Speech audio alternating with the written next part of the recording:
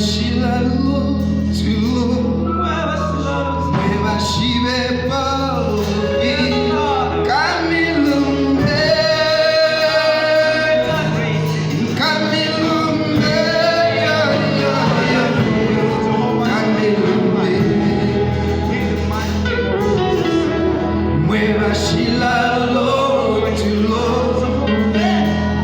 si me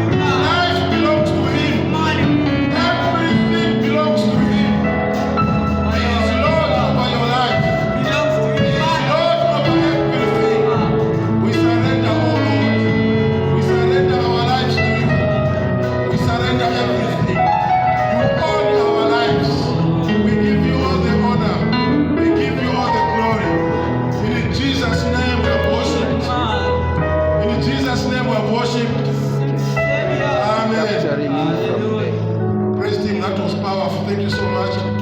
A big hand for them and they take their seats. Okay, you have made my job easy. You have made my job easy. You have made it easy.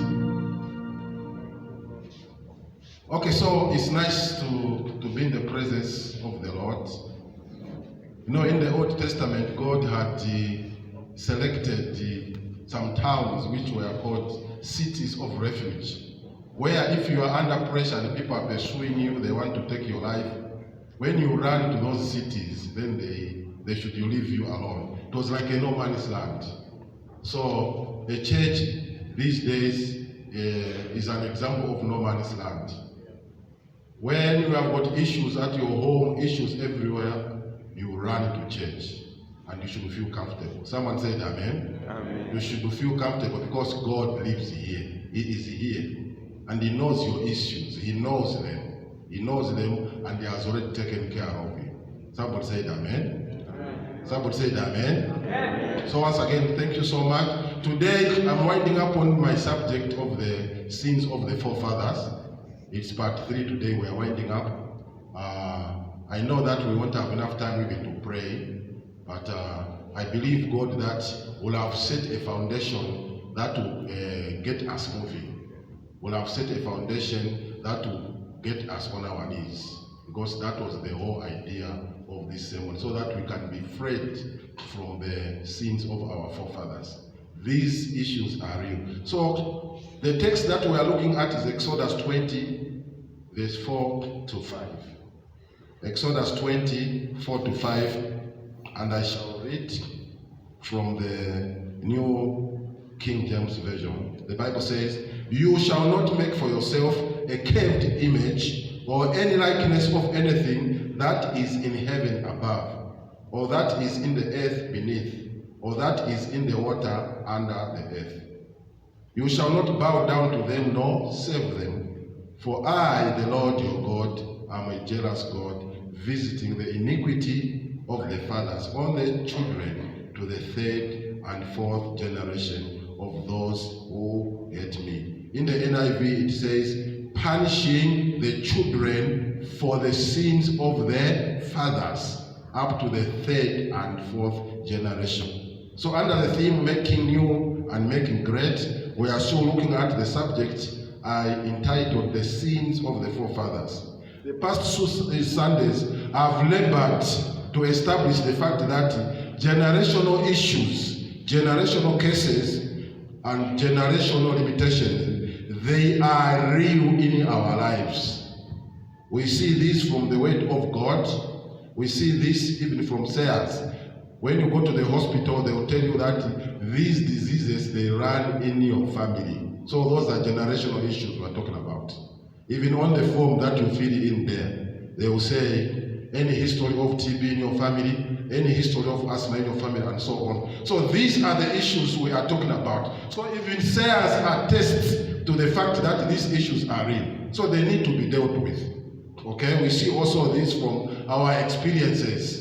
From our own experiences, there are certain experiences that we have experienced that move as cycles in our family. When people look at our family, there are certain things that they are able to see. So generational issues are real. We even see this in other people's lives. There are certain families who have been programmed to just end somewhere.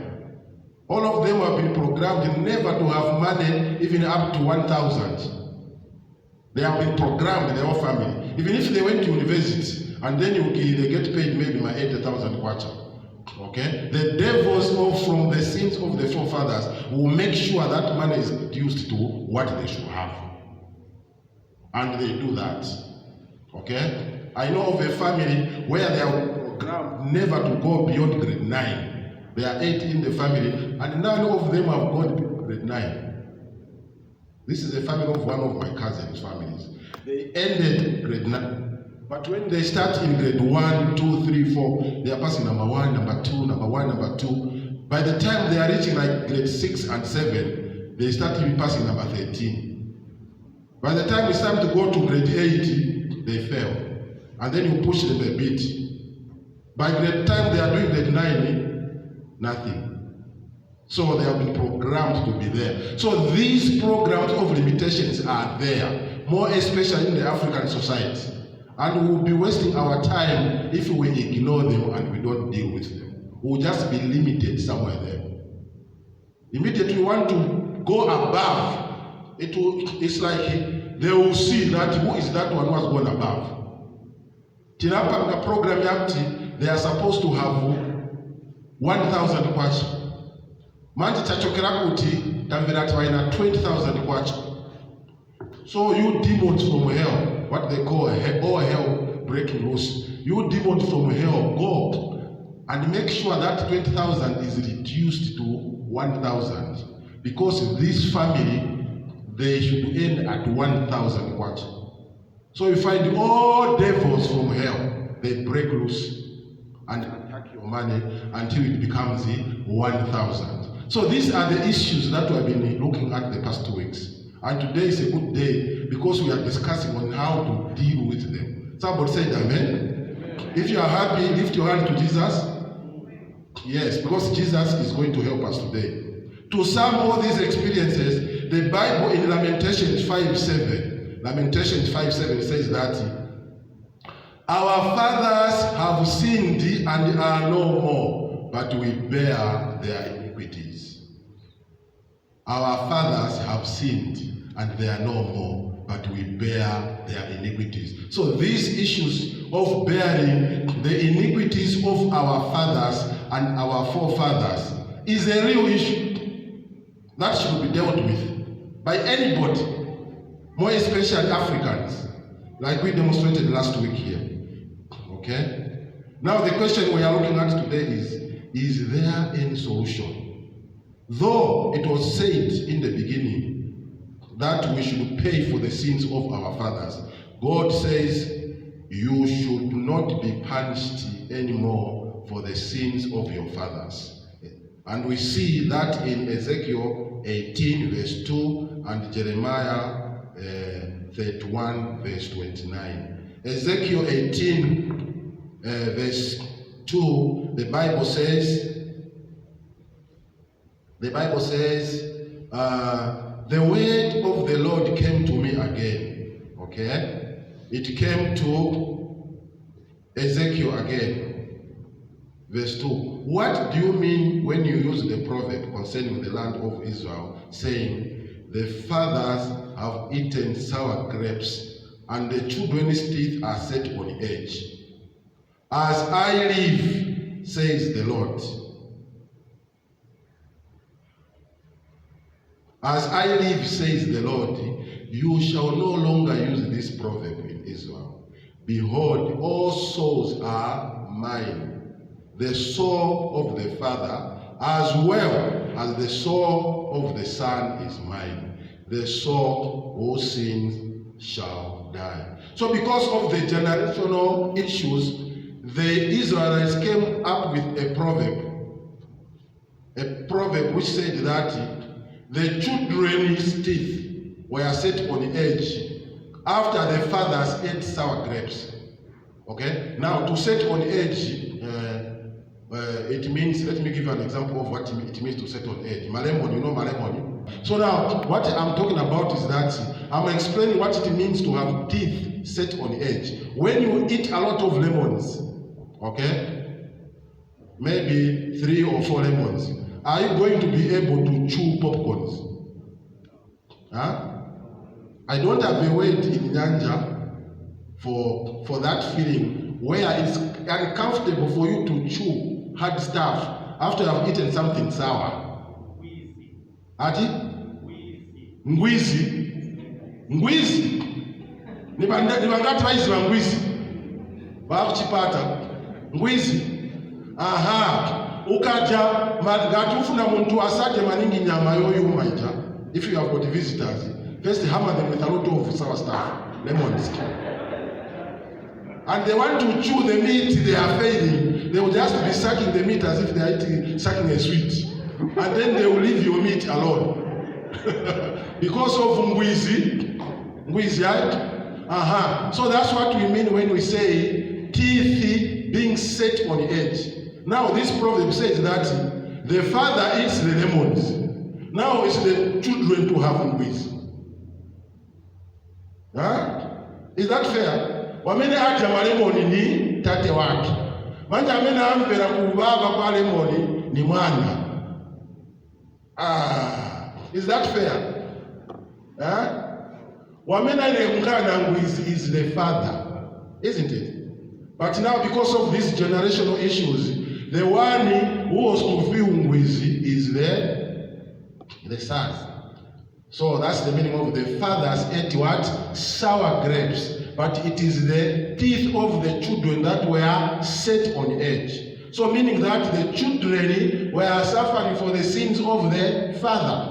And now God was saying, it will no longer be like that. The one who is eating the lemons is the one who should suffer the consequences of eating the lemons, not the sons. Somebody said amen. Amen. Somebody said amen. Amen. Is that making sense? Yes. Yes.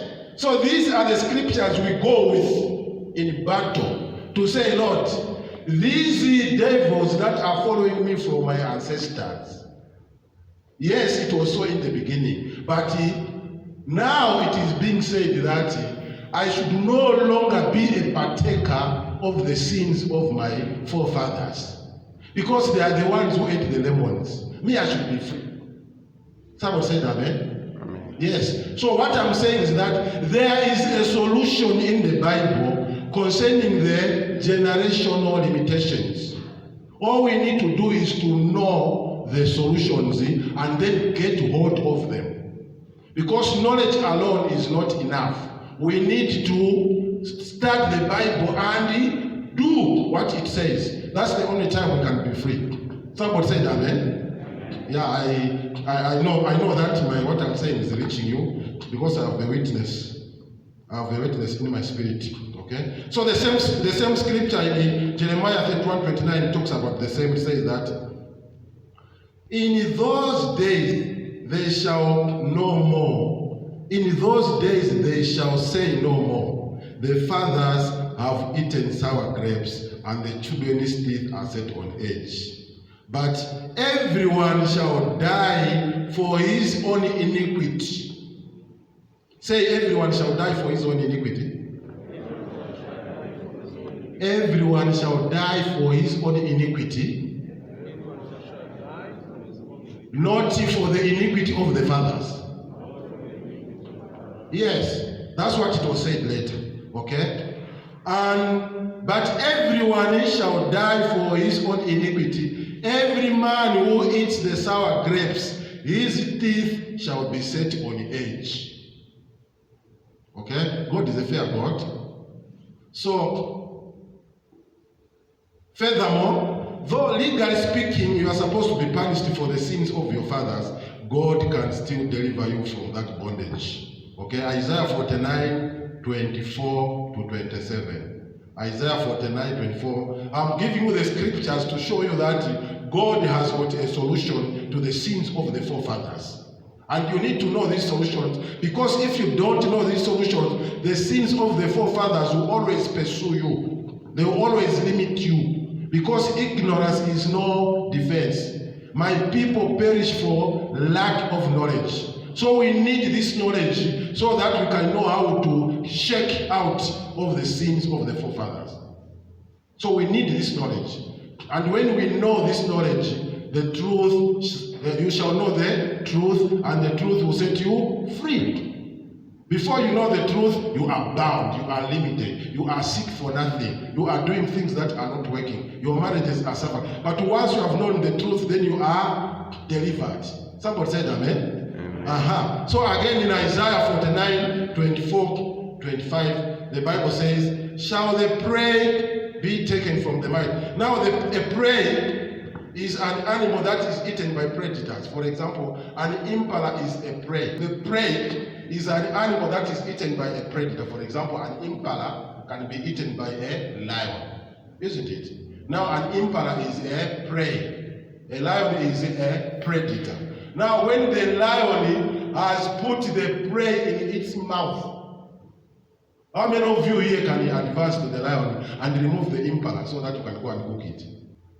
And I don't know how many of you can dare now to go and remove that meat from the lion. How many have got the faith to do that? Even the bishop can't do that.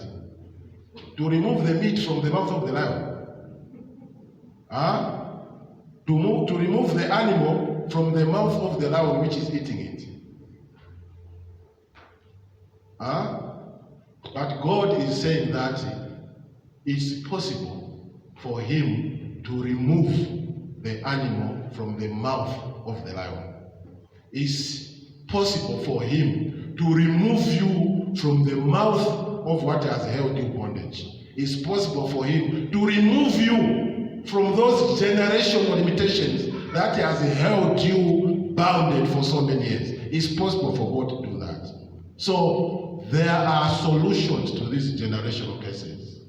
There are solutions to these generational limitations. And these solutions, they just come to people who know the truth and who have agreed to do what the Bible says. Otherwise, it will be maintenance.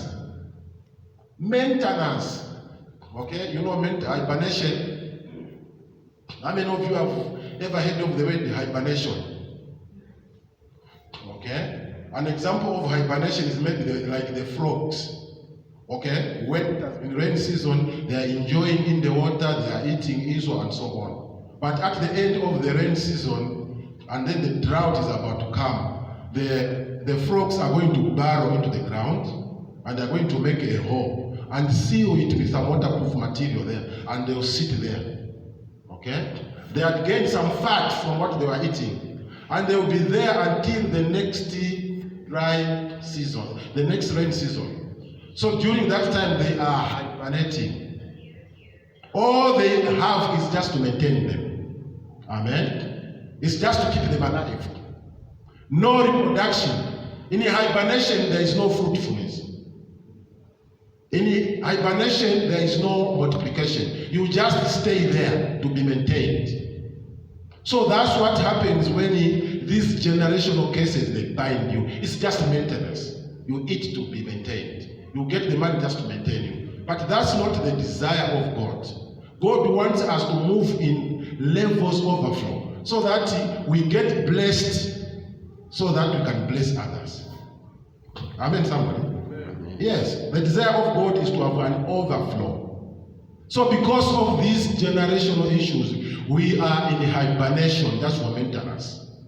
Just for God to keep us for some time, waiting for the time when we are going to be delivered. But the good news I have for you is that your deliverance has now come. Amen. I say your deliverance has now come. Amen. Answer like you mean it. Amen. Your deliverance has now come. Amen. The time for hibernation will soon be over. Amen. The time for overflow is soon coming. Amen. Money will no longer be an issue. Amen. I say money will no longer be an issue. Amen. Business contracts will no longer be an issue. Amen.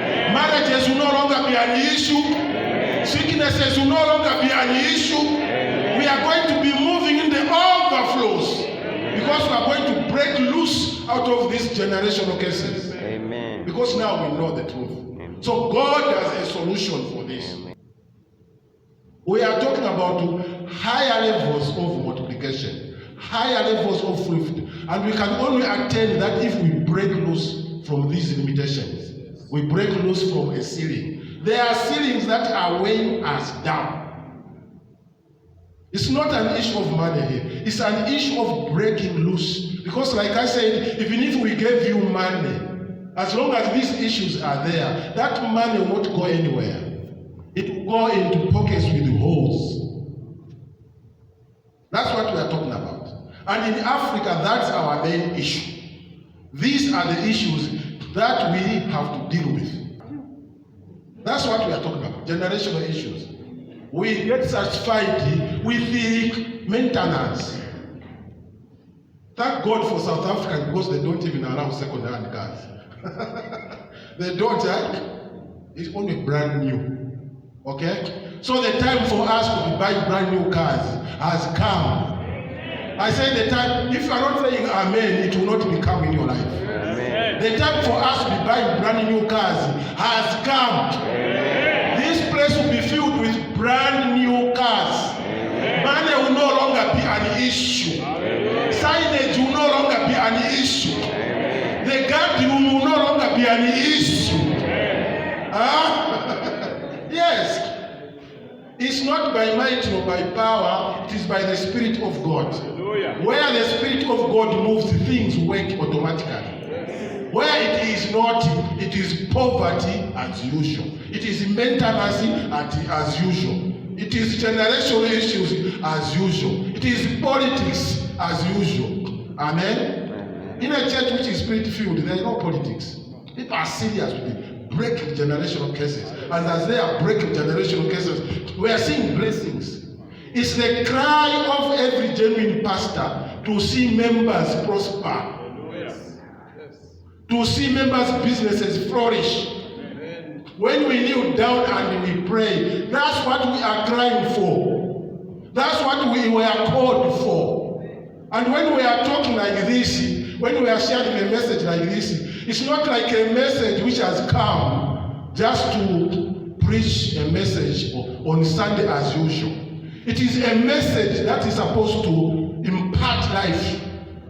A message that is supposed to produce life. Not a traditional message. We are a Pentecostal church. We don't believe in traditional things. No. We believe in the movement of the Holy Ghost. Somebody say amen. Amen. So I'm saying that these generational issues, yes, they are there. But God is a good God. There are solutions to these generational issues. So what solutions are there? Number one, the first solution to this, can I have those 5 people? Miss Wale will be the first one. She looks very holy, isn't it? Katambarakare, white, meaning glorious. And Mrs. Wale, come. 1, 2, 3, 4, come. We are looking at now solutions. I've got 3 solutions for you. Okay, these are basic ones. If we don't deal with these issues, anything else becomes difficult. You can't think of church growth when generational issues have not been sorted out. You are just lying to yourself. As a pastor, generational issues, they can even decide the number of church members you should have. They can even decide, for example, that iwe unachoka kuota ya mambo ya wako wamba kusebenzera mulungu wako okay tisakuona ka church kako kasankara na 150 members. They put a number for you. When the church is about to become 200 members, just something will happen in the church to scatter the people. That's how these generational issues work. Because when I faka pale we are 150. Manje church tika branch wamba kufika kuma 500. So all hell will break loose and they will come and find a way of scattering the people. So that all the time you are 50, you are 80, you are 100, you are 150. So there are some things that have put a mark to say, imweni apa, mukafuna opitirira apa, somewhere, somehow confusion will come, and again you go down, and until you die. Okay? And again, they also continue, because they continue for as long as they have not been dealt with. Generational issues, they are called generational issues, because they can even continue until Jesus Christ comes. If we don't attend to generational issues, this church will continue like this until Jesus Christ comes. Because there are some devils who have put a mark to say, Niapa. But we thank God because we are getting awakened, and this church is not going to be the same again. I say this church is not going to be the same again. If it means waking up at 01 to pray, we'll be doing that. Because we know that the battle is there, and we need to arise. Okay, I was looking at the solutions. You are fearing here, but holy. Is it holy? Come this side. I said the 4th one here. Okay? The 4th one. Why are you fearing? Come. Okay? He is a jealous God, punishing the children for the sins of the fathers from the third and the fourth generation. Punishing the children is for the sins of the fathers, that one, up to the third and fourth generation, and it continues until it is broken. It continues until it is broken. So, number one, how do you break it? One person must decide to be born again. In our example here, she is the one who has decided to be born again. Born again here. Okay? So, the beginning of the breaking of the cycle is when a parent decides to be born again. Then that is step one in the breaking of the cycle. And when we are talking about born again, we are not talking about coming to church on Sunday and just greet people and maybe just please the leaders and the pastors that you went to church and then you go home. That's not what we are talking about. I told you my testimony that I was in a traditional church for 33 years and I never got born again. 33 years of church. And if Jesus had come, I would have gone to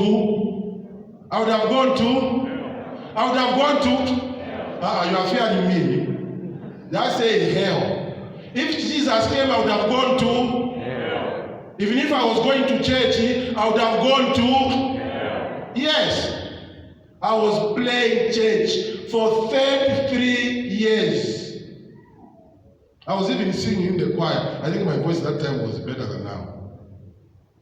So we are not seeing, when we are talking about you getting born again, we are talking about really getting born again. Where you yourself, you know that you are born again. Where your wife knows that this man is born again. Where your husband knows that this man is born again. Where your children know that Bachinja sibenze so. Because when you genuinely get born again, the Spirit of God lives in you and it will help you to become a better person. What we call the fruit of the Spirit. In people who are born again, you yourself, you should see the fruit of the Spirit in your life. Your husband should see them. Your wife should see them. Your children, they should see the fruit of the Spirit. That's been born again. Amen.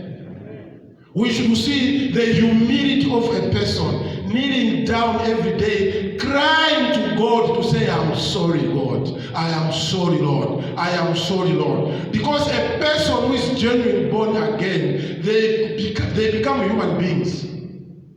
They become aware of their weaknesses. And all the time, they have got a broken spirit.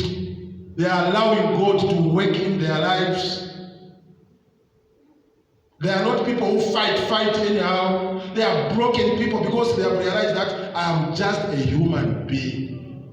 Amen. Born again. There should be the fruit of the Spirit. Go and read.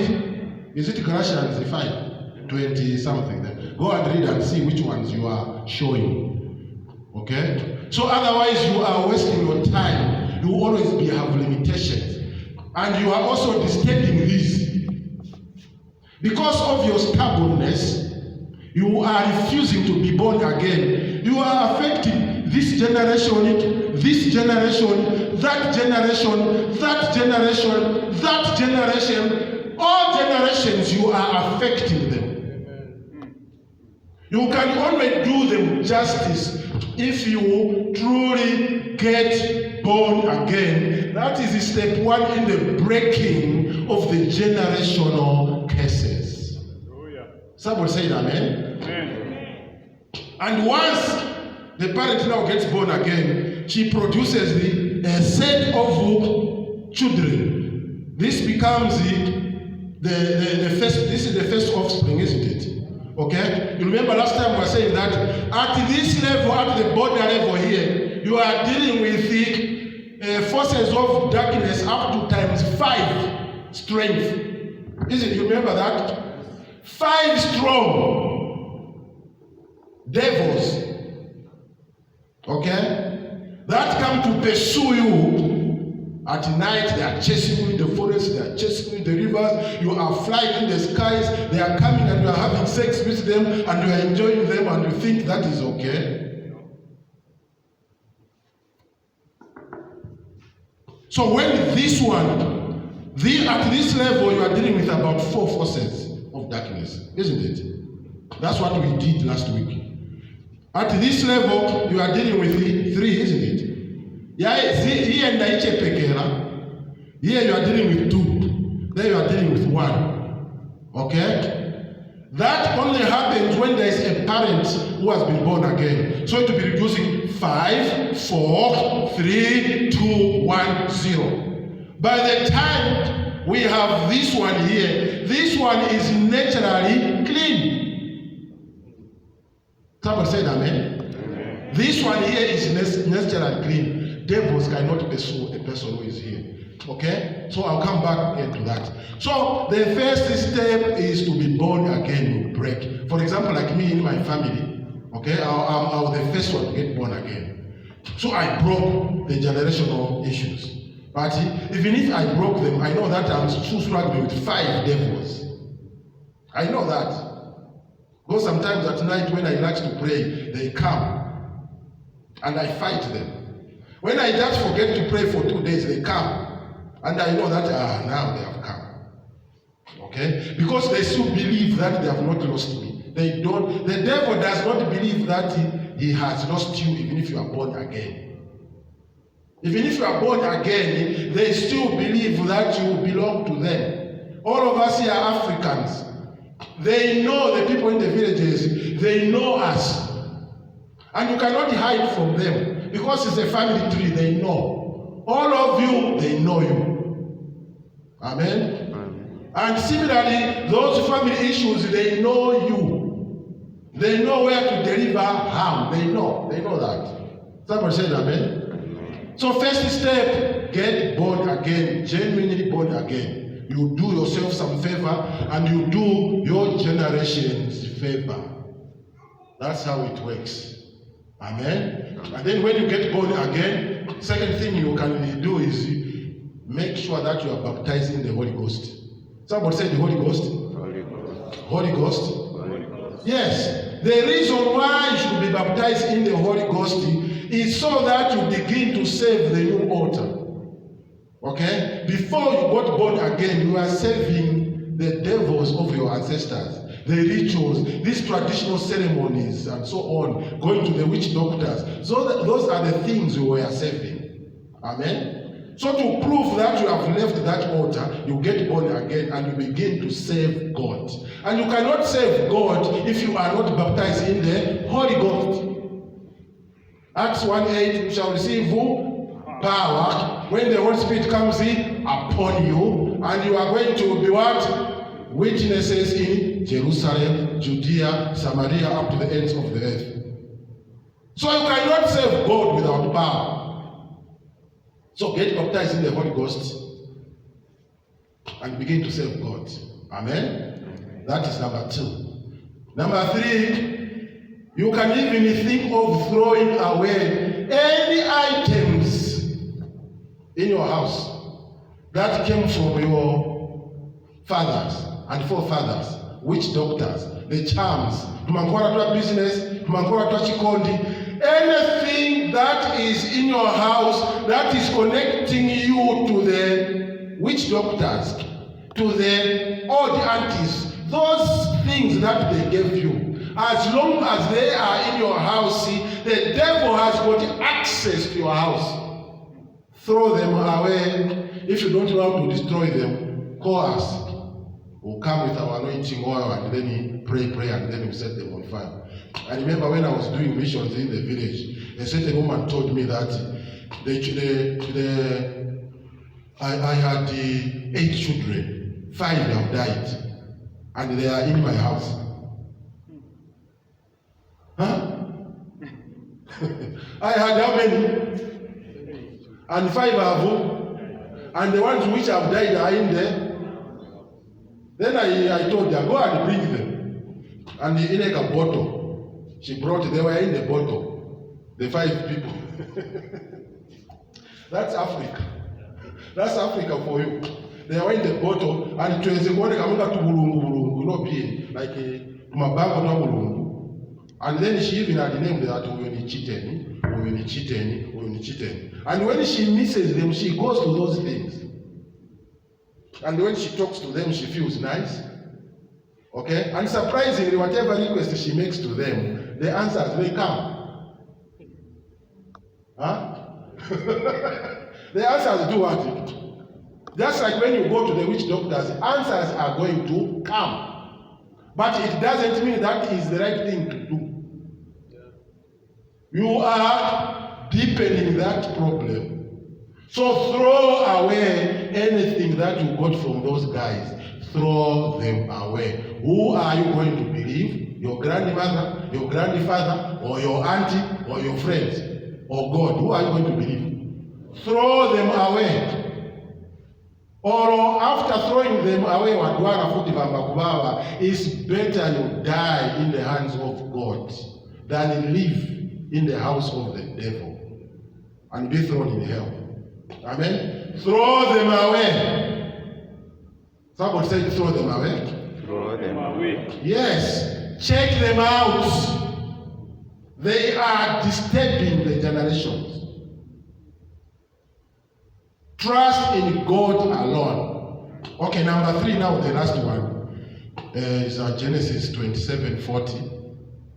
We're talking about solutions here. I said it, born again, then be spirit filled, then you throw away shoes. So I'm coming to the next one now. Okay? I'm following the government directive but I'm about to wind up. 9. Okay? Genesis 27. Okay? Genesis 27:40. NIV says this is very powerful. Genesis 27:40. This is the 4th solution. This is talking about Esau. You know, Esau, Manam Beradalisho. You remember the story of Esau? Jacob stole the blessings of Esau. So Esau had no blessings at that time. Because his blessings were given to another person. Okay? They were given to Jacob. So this is what the father told him. When his blessings were stolen, this is what the father told him. He told Esau that you will live by the sweat and you will save your brother. But when you grow restless, you will throw his yoke from off your neck. That's what Esau was taught when his blessings were stolen from him. He was told that as for you, your life will be tough. You are going to live by fighting for yourself. You are going to live by the sweat. And you are going to save your brother. You are going to be a nothing. You are going to be lower there, saving your brother. Okay? But the last part of the verse says that, but when you grow restless, somebody said restless. Restless. The way you are talking is like we are not together. Somebody said when you grow restless. When you grow restless. When you grow restless. Yes. Though he had a limitation put on him, but God, as a good God, is saying, but when you grow restless, you are going to push this yoke, this limitation, you are going to push it out of your life. It will only come out when you grow restless. When you begin to fight battles. When you begin to wake up at night at 01 and pray and break the generational curses, when you begin to spend time in the word of God and you are praying and you are battling, when you grow restless, do less of resting. Because as for us, this generation, there is no time for resting. Last time when we did the calculation, we discovered that this problem in Zambia for 80 to 100 years to come. So for us to survive in the next 80 to 100 years, we have to grow what? You are not listening. We have to grow what?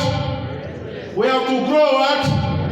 That's the only way we can survive, my brother. That's the only way we can survive, my sister.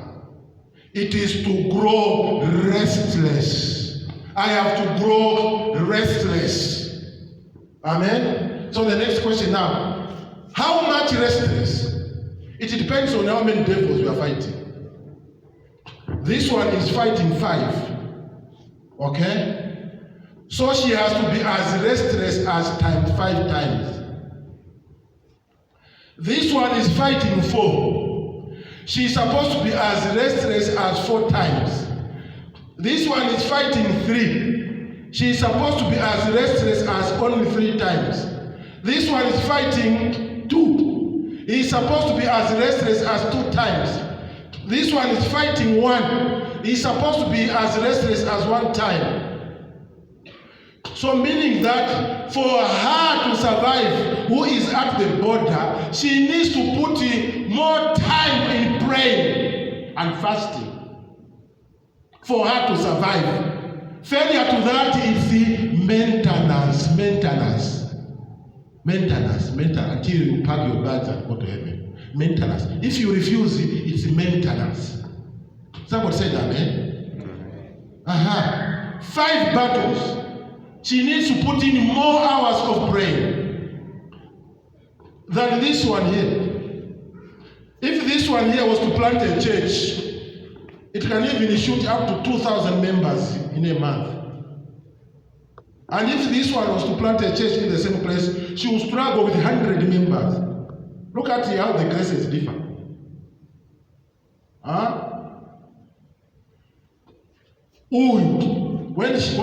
When this one wants to do business, okay, I give him 20,000 and I give you 20,000. This one, the 20,000 will multiply without issues. But for her to multiply it, she has to grow what? Restless. Because there are more battles that she's fighting than this here. So, the nearer you are to the first one to be born again, the more battles you face. And the further away you are, the less the battles. By the time you are coming to the 5th generation Christian here, whatever works. Even if they pray 10 minutes, it works. Even if they have even forgotten to pray, things work. At that level here, things work. Because there are no ancestral devils that are pursuing you. Most of the white people are here. Most of the people in Europe are where? Are here. It's easier for a person in Europe or for a white man to start a business and it progresses than a black person. Because most of the black people are here. For example, me, myself, I'm here. My children are here. Look at that. Okay? There are certain things that I struggled with in my life. But when it will come to my children, they will not struggle so much because they are here. Their children, at least by the time we are talking about 5th generation, things will have cleared. But before they clear, it is restless. Otherwise, if you refuse to be restless, it's maintenance as usual. And that is not your portion.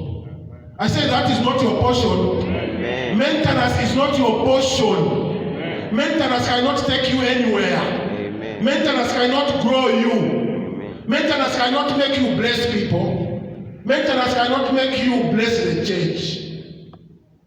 So all of us here, most of us, I think we are here. We are fighting 5 strong devils. Here, 4 strong devils. And you know how much prayer we need to put in. You know how much aggression we need to put in. We thank God for people like Bishop Mumbi, because these are the issues they are dealing with at a national level. Because the sins of the fathers can even mean the sins of the president. The sins of the presidents can affect the destiny of a country. The children will pay for the sins of the president. Amen, somebody. So we've got the clergy who are dealing at that level. Amen, somebody. Yeah. So these orders have to be broken at an individual level, family level, district level, provincial level, national level, continental. There are levels. But we have to be restless, my brother and my sister. We should hate our blankets. We should hate our leisure. There's no time to leisure. There's no time to enjoy. The only time that is there is for battle and battle. Let us write it.